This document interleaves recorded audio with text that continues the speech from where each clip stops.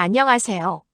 오늘은 결제 기업 단알에 대해 차분하게 그리고 한 번에 정리해보는 시간을 가져보겠습니다. 오늘 이 영상은 단기 매매를 부추기거나 특정 시점에 매수 매도를 권유하기 위한 목적이 아닙니다. 지금 시장에서 단알이라는 기업이 어떤 위치에 와 있는지 그리고 앞으로 어떤 길 위에 서 있는지를 정리해보는 분석용 콘텐츠입니다. 최종 판단과 책임은 언제나 본인에게 있다는 점 먼저 말씀드리고 시작하겠습니다. 요즘 단알을 보면 굉장히 다양한 키워드가 한꺼번에 따라붙습니다. 스테이블 코인, USDC, 바이낸스 페이, 외국인 선불카드, 콘다, 삼성 얼렛머니 그리고 결제 인프라까지. 그래서 어떤 분들은 단알을 두고 이제는 결제 회사가 아니라 코인 회사 아니냐라고 보기도 하고 또 어떤 분들은 테마만 잔뜩 붙은 변동성 큰 종목이라고 보기도 합니다. 하지만 단알을 제대로 보려면 이 회사를 하나의 키워드로 보면 안 됩니다. 단알은 단일 테마주가 아니라 결제 인프라를 중심으로 단계적으로 확장하고 있는 회사입니다. 오늘 영상에서는 그 흐름을 처음부터 끝까지 하나로 연결해서 이야기해 보겠습니다. 먼저 단알이 어떤 회사인지 한 문장으로 정리해 보겠습니다. 단알은 소비자가 결제 버튼을 누르는 순간부터 그 결제가 승인되고 정산되고 가맹점에 돈이 들어오기까지의 과정을 담당하는 통합결제 인프라 회사입니다. 카드, 휴대폰 결제, 선불, 지갑형 결제, 그리고 최근에는 스테이블 코인 기반 결제까지 결제 수단은 계속 바뀌어 왔지만 단알은 그 변화의 뒤에서 결제 구조를 실제로 굴려온 회사입니다. 그래서 단알을 볼 때는 항상 두 가지 질문을 함께 던져야 합니다. 첫째, 본업인 결제에서 여전히 돈을 벌고 있는가? 둘째, 새로운 결제 수단이 등장할 때 단알이 그 흐름에 자연스럽게 올라탈 수 있는 위치에 있는가? 이 두 가지가 동시에 성립할 때 단알은 단순한 테마주가 아니라 구조적인 성장 스토리를 갖게 됩니다. 이제 차트 이야기를 해보겠습니다. 차트는 미래를 예측하는 도구라기보다는 시장 참여자들의 기대와 불안이 어떻게 움직였는지를 보여주는 기록입니다. 최근 단알 차트의 가장 큰 특징은 변동성입니다. 뉴스가 나올 때마다 빠르게 반응하고 그 이후에는 다시 조정이 반복됩니다.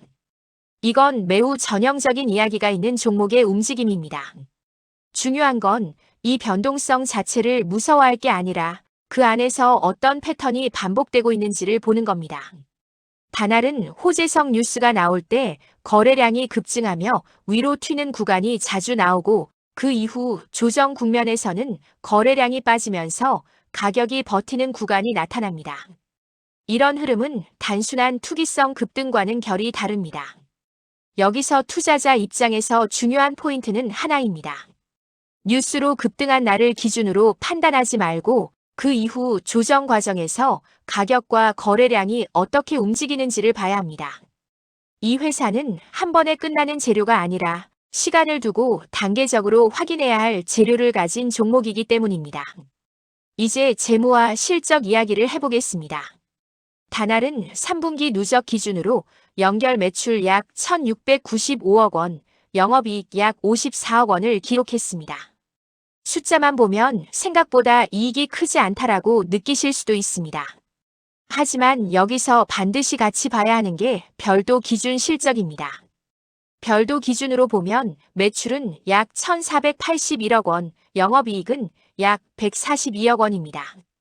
이 말이 무엇을 의미하느냐 하면 단알의 본업인 결제 사업 자체는 수익성이 오히려 개선되고 있다는 뜻입니다. 연결 기준 영업이익이 상대적으로 낮아 보이는 이유는 해외 법인 투자 그리고 스테이블 코인 관련 연구개발 비용이 반영됐기 때문입니다. 즉, 지금 단알은 본업에서 벌어들인 이익을 미래 먹거리를 만들기 위한 비용으로 다시 쓰고 있는 구조입니다. 이건 굉장히 중요한 포인트입니다. 신사업 이야기를 아무리 멋지게 해도 본업이 무너지면 그 회사는 오래 못 갑니다. 그런데 단알은 지금 본업이 버텨주고 있는 상태에서 신사업을 시도하고 있습니다. 이 점은 단알을 단순 테마주로 보기 어려운 가장 큰 이유 중 하나입니다. 다음으로 업황을 보겠습니다. 현재 결제 시장은 크게 세 가지 흐름으로 나뉩니다. 첫째는 카드 중심의 전통 결제 시장, 둘째는 선불 지갑형 결제의 확대, 셋째는 디지털 자산 기반 결제의 제도권 편입 시도입니다. 다날은 지금 이 세 흐름의 교차점에 서 있습니다. 삼성 원렛머니 온라인 결제를 최초로 제공한 것도, 외국인 전용 선불카드 콘다를 출시한 것도 모두 지갑형 선불 결제가 커지고 있다는 흐름과 정확히 맞닿아 있습니다. 특히 외국인 결제 시장은 매우 중요합니다. 외국인은 국내에서 카드 발급이 어렵고 환전 수수료가 비싸며 결제 수단이 제한적인 경우가 많습니다.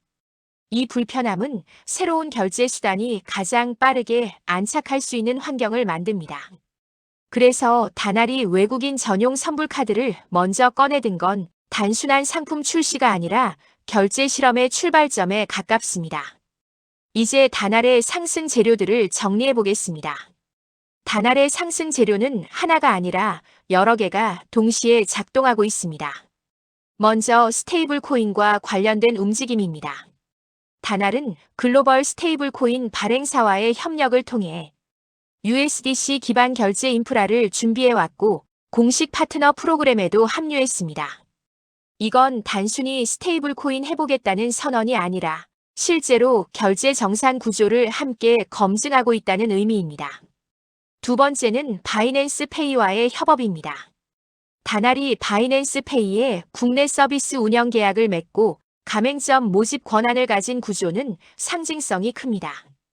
글로벌 이용자가 이미 확보된 결제 수단을 국내 결제 인프라와 연결하는 역할을 맡았다는 뜻이기 때문입니다. 세 번째는 외국인 선불카드 콘다입니다. 콘다는 단순한 카드가 아니라 향후 다양한 충전 수단과 결제 방식이 얹힐 수 있는 플랫폼입니다. 네 번째는 증권가의 평가 변화입니다. 다날이 과거에 가상자산 결제를 실제로 운영해 본 경험, 가맹점 네트워크, 오프라인 결제 관련 특허, 그리고 발행부터 정상까지 경험해 본 회사라는 점이 다시 평가받고 있습니다. 이 모든 재료가 동시에 작동할 때 다날은 단기 테마가 아니라 결제 인프라 확장 스토리를 갖게 됩니다. 하지만 이제 반드시 리스크 이야기를 해야 합니다. 첫 번째 리스크는 규제입니다. 스테이블 코인 결제는 기술보다 제도가 더 중요합니다. 법과 규제가 열리지 않으면 아무리 준비가 잘 돼 있어도 상용화는 늦어질 수 있습니다. 두 번째 리스크는 상용화입니다. 테스트와 POC는 많지만 실제 대규모 거래액이 발생하는 건 완전히 다른 문제입니다.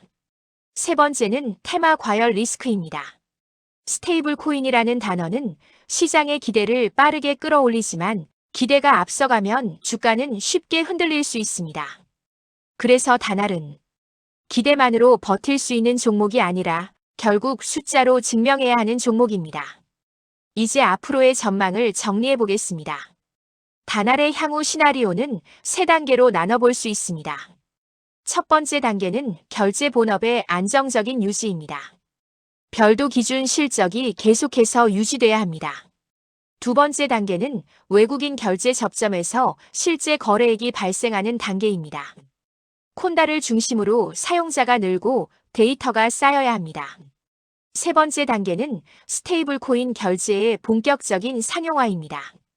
이 단계에 들어서면 다날은 단순 결제사가 아니라 결제 플랫폼 회사로 재평가받을 수 있습니다.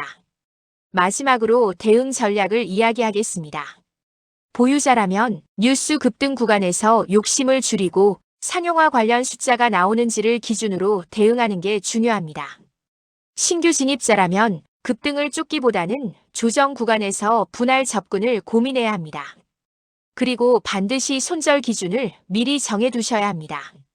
정리하겠습니다.